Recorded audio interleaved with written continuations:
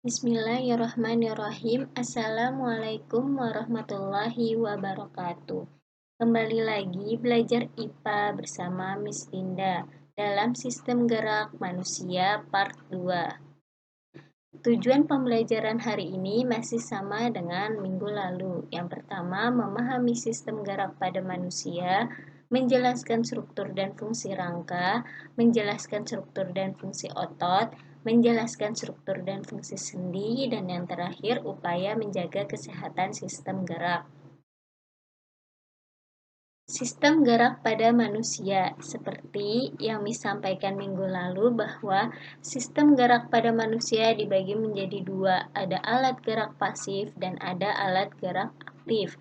Alat gerak pasif itu sendiri terdiri dari tulang, rangka, dan sendi, sedangkan alat gerak aktif terdiri dari otot.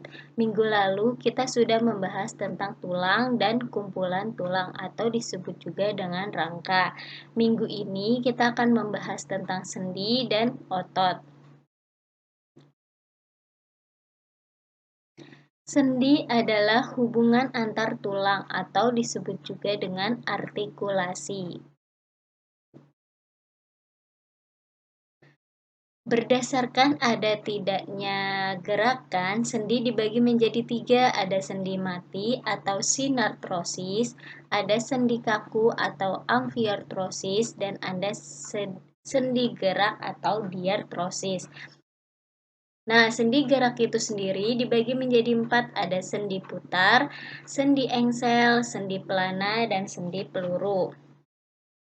Seperti tadi Miss bilang bahwa jenis sendi berdasarkan ada tidaknya gerakan dibagi menjadi 3, ada sinartrosis, ada amfiartrosis, dan ada diartrosis. Nah, sinartrosis itu sendiri, sendi mati merupakan hubungan antar tulang yang dihubungkan oleh serabut jaringan ikat sehingga tidak dapat digerakkan.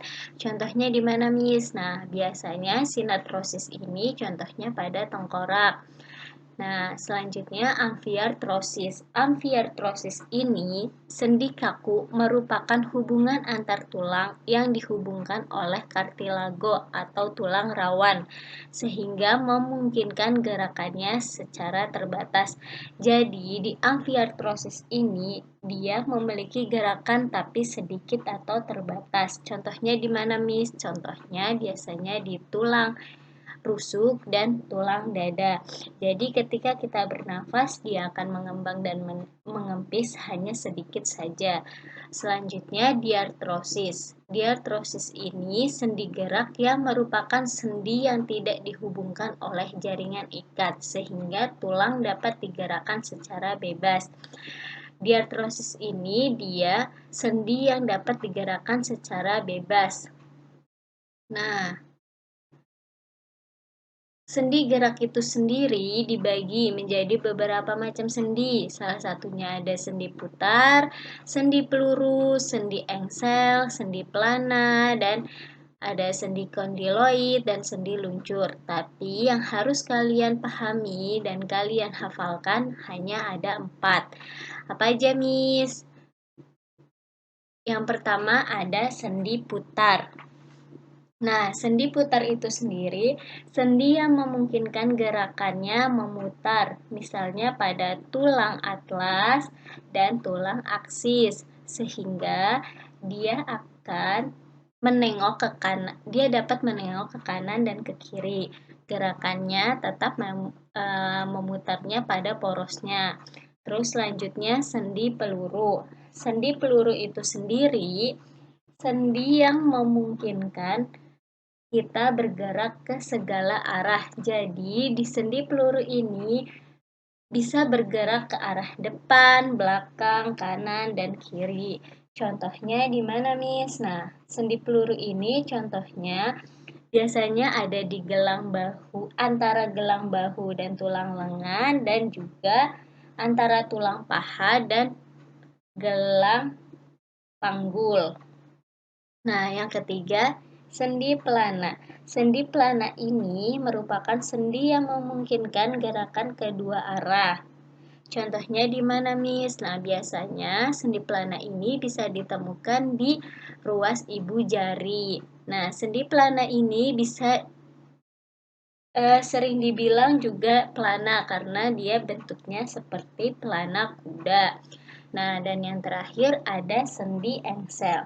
Nah, sendi engsel ini dia memungkinkannya gerakannya hanya ke satu arah. Seperti namanya, dia gerakannya seperti engsel. Nah, contohnya di mana, Miss? Biasanya sendi engsel ini ditemukannya di lutut, siku, dan ruas antar jari.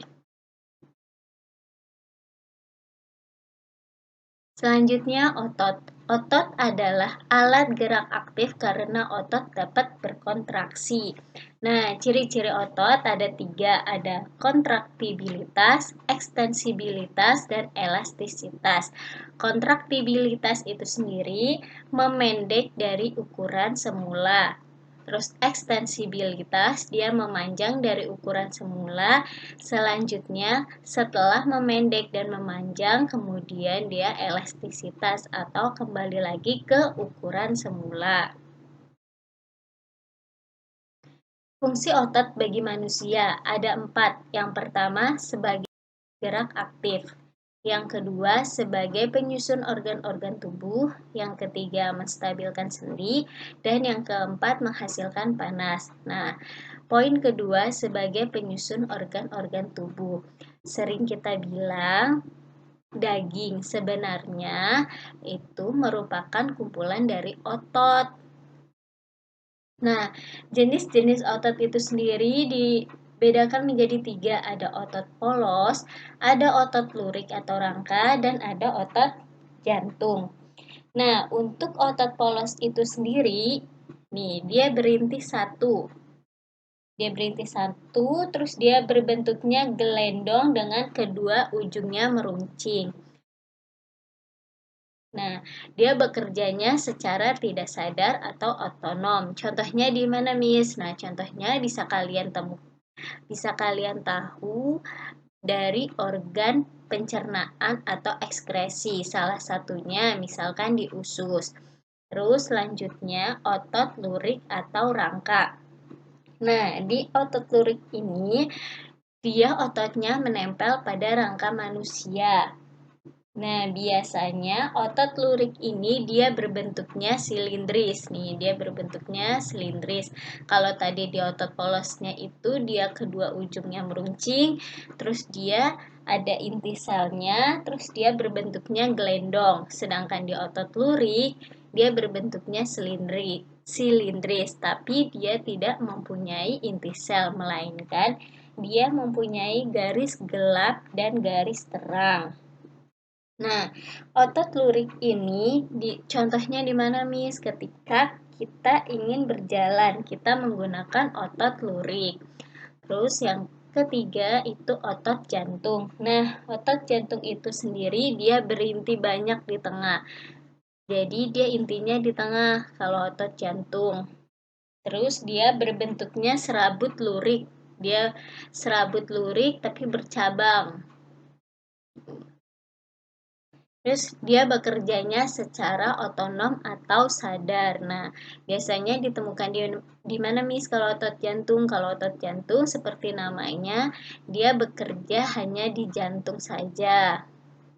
Terus sifat kerja otot. Sifat kerja otot itu sendiri Miss bagi menjadi 2. Ada antagonis dan sinergis. Antagonis itu berlawanan dan sinergis itu saling bekerja sama. Nah, di antagonis ini dibagi lagi menjadi beberapa. Karena semuanya ini dia berlawanan seperti fleksi ekstensi, membengkokkan dan meluruskan, terus abduksi, pronasi, supinasi, depresi, dan elevasi. Kalian bisa buka buku di halaman 19, kalian pahami dan kalian hafalkan, karena biasanya ujian akan keluar. Kelainan pada sistem gerak sebenarnya ada banyak, tapi yang ditampilkan hanya kelainan pada rangka. Ada 3. Yang pertama, lordosis. Kifosis dan skoliosis. Lordosis itu sendiri kelainan pada tulang belakang yang membusung atau maju ke depan, sehingga badannya terlihat membusung. Kifosis itu sendiri kelainan pada tulang belakang yang terlihat seperti membungkuk. Nah, untuk skoliosis itu kelainan pada tulang belakang, dia berbentuknya seperti huruf S. Upaya menjaga kesehatan sistem gerak manusia. Yang pertama, mengkonsumsi makanan cukup gizi, terutama protein, vitamin D, dan kalsium. Yang kedua, melakukan olahraga secara rutin dan tidak berlebihan. Ingat ya, jika kalian olahraga jangan terlalu berlebihan. Yang ketiga, diupayakan duduk dengan kaki lurus dan posisi kaki lebih tinggi dari pantat setelah berolahraga. Dan yang keempat, cukup istirahat. Alhamdulillah, materi kita untuk bab 1 tentang gerak pada tumbuhan, gerak pada hewan, dan sistem gerak pada manusia sudah selesai. Sebelum mengakhirkan pembelajaran kita hari ini, Miss akan berikan tugas sebagai presensi daring, yaitu menjawab 15 soal yang Miss berikan melalui link Google Form dengan benar. Dan jangan lupa, setiap materi yang Miss berikan dicatat untuk kalian belajar saat ujian. Nah, kurang lebihnya Miss mohon maaf. Wassalamualaikum warahmatullahi wabarakatuh.